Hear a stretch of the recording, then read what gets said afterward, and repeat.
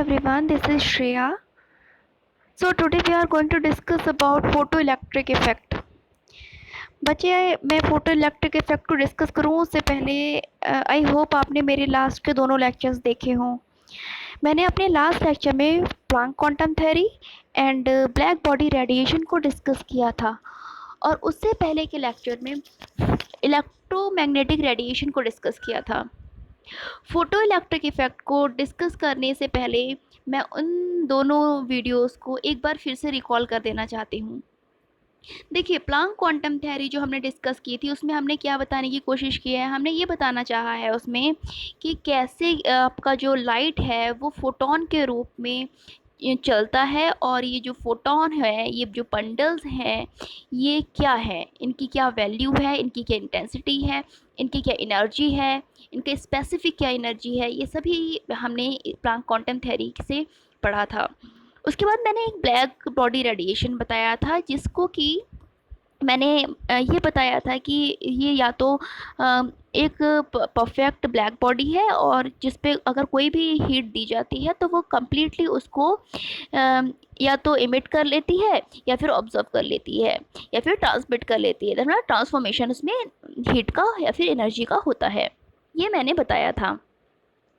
देखिए, ये जितनी भी मैंने आपको थ्योरीज बताई हैं फोटो इलेक्ट्रिक इफेक्ट से पहले, उसको बताने का सबसे बड़ा कारण क्या था, उसको बताने का कारण ये है, मैंने आपको बताने की ये कोशिश की है कि जो आपका लाइट है ना, ये ड्यूअल नेचर शो करता है। देखो, मैंने आपको सबसे पहले इलेक्ट्रोमैग्नेटिक रेडिएशन बताया था जिसमें मैंने ये बताया था कि दो वेव्स हैं, वो परपेंडिकुलर ऑसिलेट करती है और उससे जो वेव बनती है, उसके रेडिएशन से जो वेव बनती है वो ही इलेक्ट्रोमैग्नेटिक रेडिएशन होती है। तो इसमें मैंने क्या शो किया, उसमें मैंने लाइट का वेव नेचर शो किया था, जबकि जो मेरा ब्लैक बॉडी रेडिएशन था उसमें मैंने आपको क्या शो किया है, उसमें मैंने शो किया है लाइट के पार्टिकल नेचर को। ठीक है, कैसे शो किया है ये मैं आपको फोटो इलेक्ट्रिक इफेक्ट में भी समझाऊंगी, दोनों सेम ही थ्योरी को क्लियर करते हैं। तो चलिए देखते हैं क्या है फोटो इलेक्ट्रिक इफेक्ट में explanation of photo electric effect. देखो, photo electric effect explanation Maxwell theory के हिसाब से दिया गया था। तो according to Maxwell theory, the ejection of electron from depend on intensity of radiation. जो मैक्सवेल थ्योरी है उसका उसमें जो इजेक्शन ऑफ इलेक्ट्रॉन है वो किस पर डिपेंड करता है, इंटेंसिटी ऑफ रेडिएशन पर। मतलब अगर कोई मेटल सरफेस है उस पर जो लाइट गिर रही है उसकी जो इंटेंसिटी है उस पर डिपेंड करेगा कि आपके कितने इलेक्ट्रॉन्स इजेक्ट हो रहे हैं। ठीक है, the electron will be ejected from the metal only if energy if the energy of photon is sufficient to overcome the force of attraction from the electron by the nucleus। मतलब जो भी आपकी light गिर रही है उसका जो frequency है या फिर जो उसकी इंटेंसिटी है, वो उसमें जो एनर्जी है उसकी फोटॉन्स की वो इतनी सफिशिएंट होनी चाहिए कि वो फोर्स ऑफ अट्रैक्शन जो न्यूक्लियस और इलेक्ट्रॉन के बीच में है उसको ओवरकम करके उस इलेक्ट्रॉन को बाहर ला सके। जैसे कि आपका मेटल आयन है, ठीक है, अब मेटल आयन में जैसे आपका सोडियम मेटल है तो उसमें सोडियम मेटल में जो आपका इलेक्ट्रॉन है आउटर मोस्ट ऑर्बिटल का, वो वीकली बॉन्डेड है न्यूक्लियस के साथ। ठीक है, तो क्या होगा, जैसे ही लाइट सोडियम मेटल पर गिरेगी तुरंत ही वो इलेक्ट्रॉन जो होगा वो तुरंत मेटल से इजेक्ट होकर बाहर आ जाएगा। तो उसके लिए जो मिनिमम एनर्जी थी, मतलब जिस मिनिमम एनर्जी को देकर हमने मेटल सोडियम के मेटल से इलेक्ट्रॉन जो बाहर निकाला, ठीक है, उसके लिए जो एनर्जी यूज़ की उसे कहते हैं थ्रेशोल्ड एनर्जी। थ्रेशोल्ड एनर्जी के बारे में हम आगे पढ़ेंगे। चलिए देखते हैं क्या है photo electric effect. So the photo electrons are ejected only when the incident light has a certain minimum frequency. मेरी बात समझ पा रहे हैं आप कि जो फोटो इलेक्ट्रॉन्स है ना वो अगर गिर रहे हैं किसी मेटल पर, ठीक है, तो एक मिनिमम फ्रिक्वेंसी पर ही वो इलेक्ट्रॉन मेटल से निकाल पाएंगे और जो वो मिनिमम फ्रिक्वेंसी है उसे क्या कहते हैं, थ्रेशोल्ड एनर्जी कहते हैं। जैसे कि ये आपका पिक्चर है, इसमें मैं आपको दिखाने की कोशिश करती हूँ। इमेजिन कर लीजिए कि ये मेटल सरफेस है, ठीक है, क्या है ये जो है, ये एक आपकी मेटल सरफेस है जिस पर एक लाइट गिर रही है। इस लाइट के गिरने से क्या हुआ, जो इंटेंसिटी ऑफ लाइट है ना, उसने जो फोटोन की एनर्जी है, जो इंटेंसिटी ऑफ लाइट है, उसने मेटल के इलेक्ट्रॉन को बाहर निकलने को मजबूर कर दिया, वीकली बॉन्डेड इलेक्ट्रॉन्स को बाहर निकलने को मजबूर किया है। ठीक है, तो सोडियम के पास वीकली बॉन्डेड कौन सा इलेक्ट्रॉन होता है, सिर्फ एक इलेक्ट्रॉन होता है। जैसे ही लाइट गिरेगी तो उस मिनिमम फ्रिक्वेंसी पर वो इलेक्ट्रॉन बाहर निकल आएगा। ठीक है, उस मिनिमम फ्रिक्वेंसी को क्या कहते हैं, थ्रेशोल्ड एनर्जी कहते हैं। The frequency of the incident light new, जो फ्रिक्वेंसी है उसकी इंसिडेंट लाइट क्या है, new, is more than threshold energy new not. समझे मेरी बात को, जो आपकी लाइट गिर रही है ना उसकी फ्रिक्वेंसी है न्यू, और जो थ्रेशोल्ड एनर्जी है वो है न्यू नॉट। तो उसमें क्या बताया गया है, तो देखो मेरी बात पहले ऐसी सुन लो, उसके बाद मैं देखूंगी कि इसमें मैंने आपके लिए लिखा क्या क्या है। जैसे मेटल पर आपकी लाइट गिरी, जैसे आपकी लाइट गिरी ना तो क्या हुआ, एक इंटेंसिटी ऑफ लाइट गिरने से जो उसके मॉलिक्यूल्स उसमें वाइब्रेशन हुआ, और जो लूजली बॉन्ड था वो तुरंत ही बाहर निकल आया। ठीक है, इससे क्या कंफर्म होता है कि आपको मिनिमम एनर्जी की ज़रूरत है किसी भी इलेक्ट्रॉन को मेटल से बाहर निकालने के लिए। अच्छा, इस चीज़ को इमेजिन करने के लिए मैं आपको एग्जांपल देती हूँ। जैसे दूध होता है ना, जब हम घर में दूध को उबालते हैं तो क्या होता है, उबलता रहता है उबलता रहता है, आपकी जैसे पलक चिपकती है ना तब तक वो फटाफट से बाहर आ जाता है ना, तो तुरंत उबल जाता है। आप कभी भी नोटिस करना, आपने जरा सा भी इधर उधर हुए तो आपको दूध निकल जाएगा, और वो मतलब पक्का बाहर निकल जाना है। तो वो आप एक चीज़ समझो, ये क्यों हो रहा है, क्योंकि एक क्रिटिकल टेम्परेचर पर आकर आपका दूध फटाफट से उबल जाता है और फटाफट बाहर आ जाता है तुरंत। ठीक है, सेम वही कंडीशन आपकी मेटल के साथ हो रही है। जैसे एक इंटेंसिटी की लाइट गिर रही है तो वो सफिशिएंट गिरती रही, मेटल पे गिरती रही, फिर जैसे ही मेटल को एक सफिशिएंट एनर्जी जैसे ही नीड हुई, मतलब एक मिनिमम एनर्जी की जैसे ही लाइट प्रोवाइड होती है, तुरंत वो इलेक्ट्रॉन इजेक्ट होकर बाहर आ जाता है।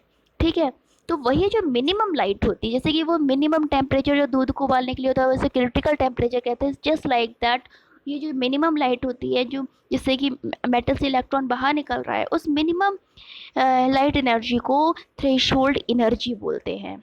ठीक है, अच्छा ऐसा ज़रूरी थोड़ी ना वो मिनिमम एनर्जी हुई और बस ख़त्म हो गई। हो सकता है बहुत सारी एनर्जी है किसी लाइट के पास, या फिर किसी लाइट की बहुत सारी इंटेंसिटी है, उसमें जो मिनिमम क्वांटिटी है ना जिससे हमें इलेक्ट्रॉन निकलना है वो तो यूज़ हो गई, उसके बाद भी कुछ एनर्जी रह गई, तो वो एनर्जी किस में कन्वर्ट हो जाती है, काइनेटिक एनर्जी में कन्वर्ट हो जाती है। यही चीज़ मैंने इसमें बताने की कोशिश की है आपको। If the frequency of incident light nu is more than the threshold energy nu naught, the excess energy is imparted to the electron as kinetic energy।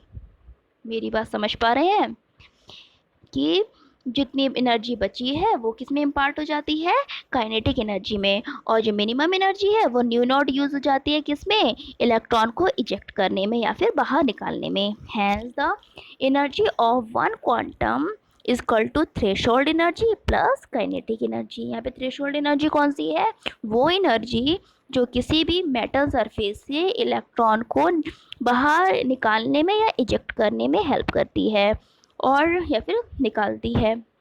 Kinetic energy कौन सी है, जो लाइट की एनर्जी है उसके जो बची खुची जो थोड़ी बहुत एनर्जी रह गई वो काइनेटिक एनर्जी में कन्वर्ट हो गई है। ठीक है, तो one quanta equal to H nu equal to threshold energy हम जानते हैं एच न्यू नॉट होता है, ये मैं पहले भी आपको बता चुकी हूँ, plus half m v square. Half m v square क्या है, काइनेटिक एनर्जी है।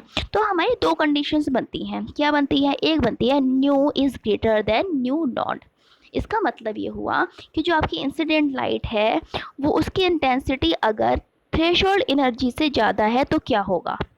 देखो जैसे कि आपके घर में 1 किलो दाल है, ठीक है, बट आपने तो थोड़ी सी दाल बनानी है, तो अगर आपकी जो बनी हुई दाल है उससे ज़्यादा आपकी ओरिजिनल या फिर आपकी कच्ची दाल है की क्वांटिटी है, तो आपने जितनी दाल बनानी है उतनी तो बना ली, बाकी आपने उठा के रख दी, जस्ट लाइक दैट। ठीक है, तो आपका क्या है, अगर इंटेंसिटी जो लाइट इंटेंसिटी है न्यू, वो ज़्यादा है किससे, थ्रेशोल्ड एनर्जी से, तो क्या कंडीशन बन सकती है, देखो दो कंडीशन बन सकती हैं कि या तो वो सारी इंटेंसिटी की लाइट, मतलब उसकी जो मिनिमम लाइट नीड है एनर्जी की, वो डाल के मैक्सिमम नंबर ऑफ इलेक्ट्रॉन निकाल लें, ठीक है। मतलब वो जो इंटेंसिटी ऑफ लाइट है जो कि बहुत ज़्यादा है थ्रेशोल्ड एनर्जी से, वो सारी यूज़ हो जाए और बहुत सारे नंबर ऑफ इलेक्ट्रॉन्स मेटल से बाहर निकाल दे। एक चीज़ तो ये हो सकती है। और दूसरी चीज़ क्या हो सकती है, दूसरी चीज़ ये हो सकती है कि मिनिमम फ्रीक्वेंसी की लाइट एक बार यूज़ हो और इलेक्ट्रॉन बाहर निकाल दे, बाकी बची हुई लाइट है वो क्या हो जाए, काइनेटिक एनर्जी में कन्वर्ट हो जाए। अच्छा देखो यही बात मैंने इसमें लिखी भी है, when new is greater than new not, तो कंडीशन बनती है इंटेंसिटी ऑफ फोटोन इंक्रीजेस, ठीक है। तो क्या होगा, number of photo electron ejected, बहुत सारे इलेक्ट्रॉन्स बाहर निकल जाएंगे। when nu is greater than nu naught, energy of proton, that is kinetic energy of each electron increases। समझ में आया मेरी बात कि मैं क्या कहना चाह रही हूँ। अब देखो ग्राफिकल रिप्रेजेंटेशन, देखो मैं आपको बता रही थी ना जैसे दूध होता है, धीरे धीरे इमेजिन, देखो इसी ग्राफ में, इस ग्राफ को हम दूध के एग्जांपल समझेंगे पहले। जैसे इमेजिन करो कि आपने दूध गर्म किया, हम उसका ग्राफ कम बना रहे हैं, तो आपने एनर्जी देना शुरू करी, तो क्या हुआ, एनर्जी देते जा रहे हो देते जा रहे हो, मतलब टेम्परेचर हीट देते जा रहे हो देते जा रहे हो देते जा रहे हो, अचानक से एक ऐसा टेम्परेचर आया जिसपे कि आपका दूध उबल के फटाफट से उबल गया, है ना। और आपकी इससे क्या होगा, ग्राफ सीधा चला जाएगा वहीं पर जहाँ पर उबल गया दूध, राइट। सेम वैसे ही आपका, अगर मैं ग्राफ लाइट के लिए खींचूँ तो वही चीज़ है कि आप लाइट देते गए, मतलब फोटोन डालते गए डालते गए डालते गए, अचानक से एक ऐसा इंटेंसिटी का फोटोन आया जिसके डलने से तुरंत क्या हुआ, आपका जो आई मीन इलेक्ट्रॉन है वो मेटल से बाहर इजेक्ट हो गया, ठीक है। जैसे ही इलेक्ट्रॉन बाहर इजेक्ट हुआ आपका ग्राफ क्या हो गया, एकदम स्ट्रेट हो गया। वही मैंने समझाने की कोशिश की है इस ग्राफ में, ठीक। अब हम लोग कंक्लूजन देख लेते हैं। कंक्लूजन में क्या है, लाइट हैज़ वेव नेचर, देखो लाइट हैज़ वेव नेचर। अच्छा इस चीज़ को मैं बताऊँ उससे पहले मैं कुछ दो एक आपको फॉर्मूले ध्यान दिला देना चाहती हूँ। एक मैंने आपको फॉर्मूला बताया था, E is directly proportional to, मतलब energy is directly proportional to frequency, ठीक है। अब energy is directly proportional to frequency लिखोगे तो कैसे लिखोगे, E is equal to nu लिखोगे, E directly proportional to nu लिखोगे। जैसे ही डायरेक्टली प्रोपोर्शनल का साइन हटा तो क्या बन गया, E is directly equal to H nu. तो आपको समझ में आया कि एच न्यू ये फॉर्मूला कहाँ से आया, E is equal to H nu यहाँ से आया था, ठीक है। ध्यान आया होगा आपको मेरी बात। सेम एज मैंने एक आपको फॉर्मूला बताया था कि आपका जो वेवलेंथ होता है ना वो फ्रीक्वेंसी का इन्वर्सली प्रोपोर्शनल होता है। इसके लिए मैंने फॉर्मूला आपको बताया था, lambda nu is equal to capital C, small C, small C क्या था, स्पीड ऑफ लाइट थी। तो इसमें अगर आप न्यू की वैल्यू निकालोगे तो क्या निकलेगी, सी अपॉन लैम्डा, जिसको कि आप E is equal to H nu में जब रखते हो तो क्या फॉर्मूला बनता है, E is equal to H C upon lambda. बच्चे यही चीज़ यहाँ पर एक्सप्लेन हो रही है, ठीक है। मैंने इस चीज़ को एक बार फिर से इसलिए रिवाइज़ किया, जब आप पढ़ोगे ना तो आपको चीज़ें समझ में आएंगी। और मैं चाहती हूँ कि आप उन तीनों वीडियोस को एक साथ देखो जिससे कि सारी कहानी समझ में आए एक बार में आपको। देखो इसमें क्या लिखा है, light has wave nature, shows the phenomena of diffraction and interference. देखो डिफ्रैक्शन एंड इंटरफेरेंस आपके दोनों फिजिक्स में है, आप पढ़ोगे। एंड द पार्टिकल नेचर, देखो मैंने आपको इलेक्ट्रोमैग्नेटिक रेडिएशन बताया था, उसमें क्या बताया था कि दो वेव है, ठीक है, वो परपेंडिकुलर ऑसिलेट कर रही हैं, और ऑसिलेट करने में जो रेडिएशन निकल रही है उससे उससे एक वेव बन रही है, वही वेव है इलेक्ट्रोमैग्नेटिक रेडिएशन। समझ पा रहे हो मेरी बात को। तो ये क्या शो हुआ, ये लाइट का हमने वेव नेचर शो कर दिया, समझे। अब नेक्स्ट है आपका कौन सा नेचर, पार्टिकल नेचर। तो पार्टिकल नेचर हमने दो तरीके से शो किया था, एक तो ब्लैक बॉडी रेडिएशन के थ्रू, और एक अभी जस्ट हमने फोटो इलेक्ट्रिक इफेक्ट के थ्रू किया। कैसे, हम बार बार फोटोन को डाल रहे हैं। देखो हमने जब ब्लैक बॉडी रेडिएशन का यूज़ किया था तब भी हमने फोटोन की बात करी थी, ठीक है। प्लांक कांस्टेंट का की बात हो रही थी, क्वांटम की बात हो रही थी, तब भी हमने फोटोन की बात की थी। अब हम यहाँ पर जब इलेक्ट्रॉन इमिट करा रहे हैं तो भी हम किसकी बात कर रहे हैं, लाइट के फोटॉन्स की, कि लाइट फोटॉन्स और बंडल्स के रूप में मेटल्स पर गिर रहा है और वो एक पर्टिकुलर मिनिमम एनर्जी और फ्रीक्वेंसी पर इलेक्ट्रॉन्स को इमिट कर रहा है। ये था आपका फोटो इलेक्ट्रिक इफेक्ट। अच्छा, मेरा आपसे एक क्वेश्चन है, आप प्लीज़ मुझे बताइए कि फोटो इलेक्ट्रिक इफेक्ट का यूज़ आप डेली लाइफ में कहाँ पर करते हो? ये मेरा आपके लिए एक क्वेश्चन है, इसका आंसर ढूंढिएगा और मुझे बताइएगा। ओके गाइस, तब तक के लिए stay tuned, stay safe, have a good day, thank you all.